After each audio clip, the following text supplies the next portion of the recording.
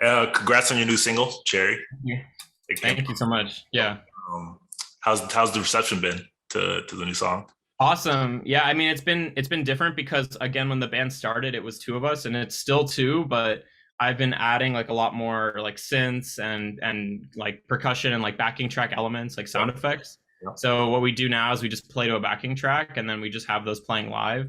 But it was really scary because especially rock bands get ripped a lot for using backing tracks. Like people are not the biggest fans. Yeah, Um, it depends because I think the way that we do it, it's not like I'm finger syncing or anything, or I'm like pretending to play. yeah. But some people use it that way, but it was a little scary. So that was one of those songs where I was like, this is more backing track than guitar, but also as a song, I feel like this is really strong. And so I think I felt validated like by how the numbers have been, like how people have been like messaging me about it. I'm like, okay, cool. Well, that was cool. I'm glad that I took that risk, but it's also like you don't want to come out with the same album over and over again. So it's cool to like evolve a bit and then see people like validate that. You know what I mean?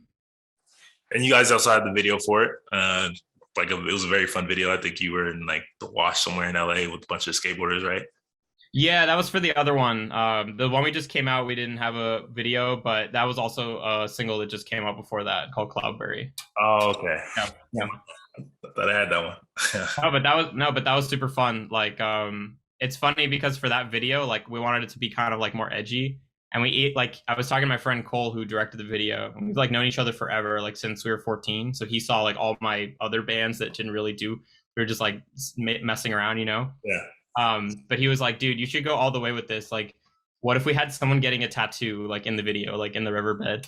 And then we realized like how unsanitary that was because we don't know what's been down there, and then someone's like getting a tattoo like down there. I feel like it just wouldn't have been the move. So yeah, I don't know. It was fun to do that too, to like express ourselves with the videos now.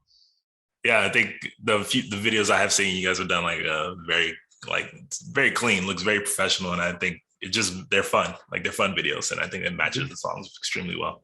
Thank you. You guys also have an upcoming album called Fruit Town, July Yeah. 22nd. Yes, exactly. So Very. build up to that, it's coming up here in like a week now, I think, and kind of what can people expect from it? What do you expect from it?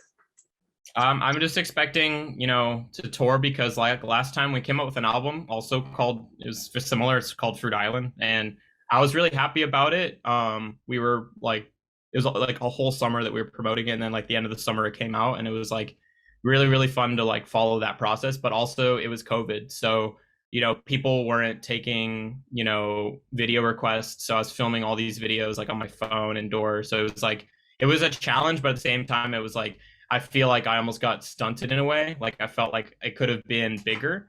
So Yeah, this time there's very few restrictions that we've had, and so it's been really cool to like be like, all right, now we're gonna go on a tour to support this, and we're gonna go out there and play these songs like live because some of the songs on the other album like we never got to play them because it was just like, well, I wrote new music now, so I mean, I want to play some of the old stuff, but it's old now because of COVID. So it's like the first real album I feel like, and yeah, I'm very very excited to like get it out there. We have like vinyl. We've also been like selling tab books, so people if they want to play the songs after the concert, they can come and buy tab book. So okay, we already have tab books for those too. So that's cool. it's really cool to go out there and just be like, yeah, we have all this stuff, and it's like That's a, awesome. a real album.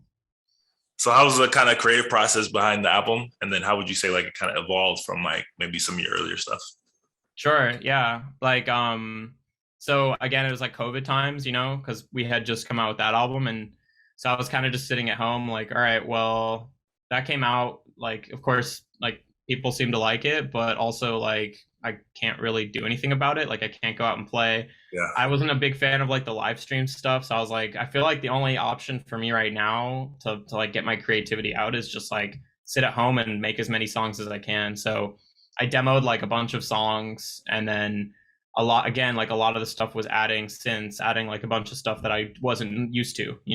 uh, And so I must have at least had like 100 ideas and whittled that down to like 20 or so songs, like full songs. And then from there I went to like I think 11 tracks only.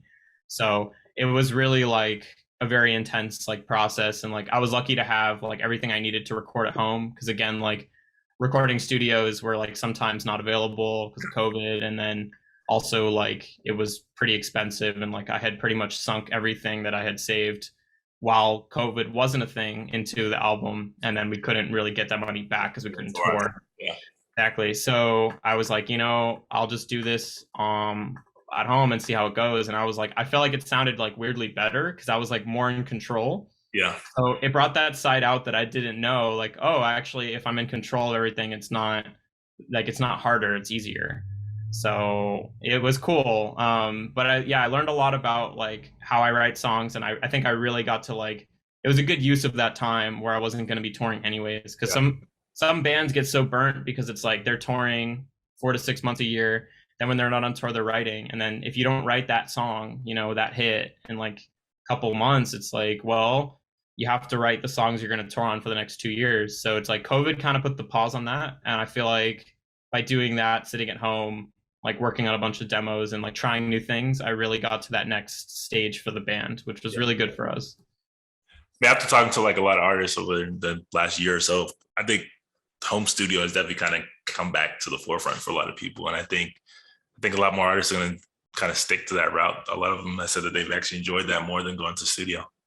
100%. And like, I mean, the home studio has been a thing, like SoundCloud rap's huge, bedroom pop's huge. But I think what COVID made us realize is like, it's not like a thing that's only for those genres. It can be for literally anything. And like, I totally agree with you. Because now I'm even thinking like, I should just do everything at home. Like I should do like, even the mixing, I should do it myself next time maybe, or I don't know. But it's like, I guess it's not COVID time anymore, but it was cool to like build all this stuff, and like, I have it right next to my bed, so I can roll out of bed and just start making stuff now, which is really awesome.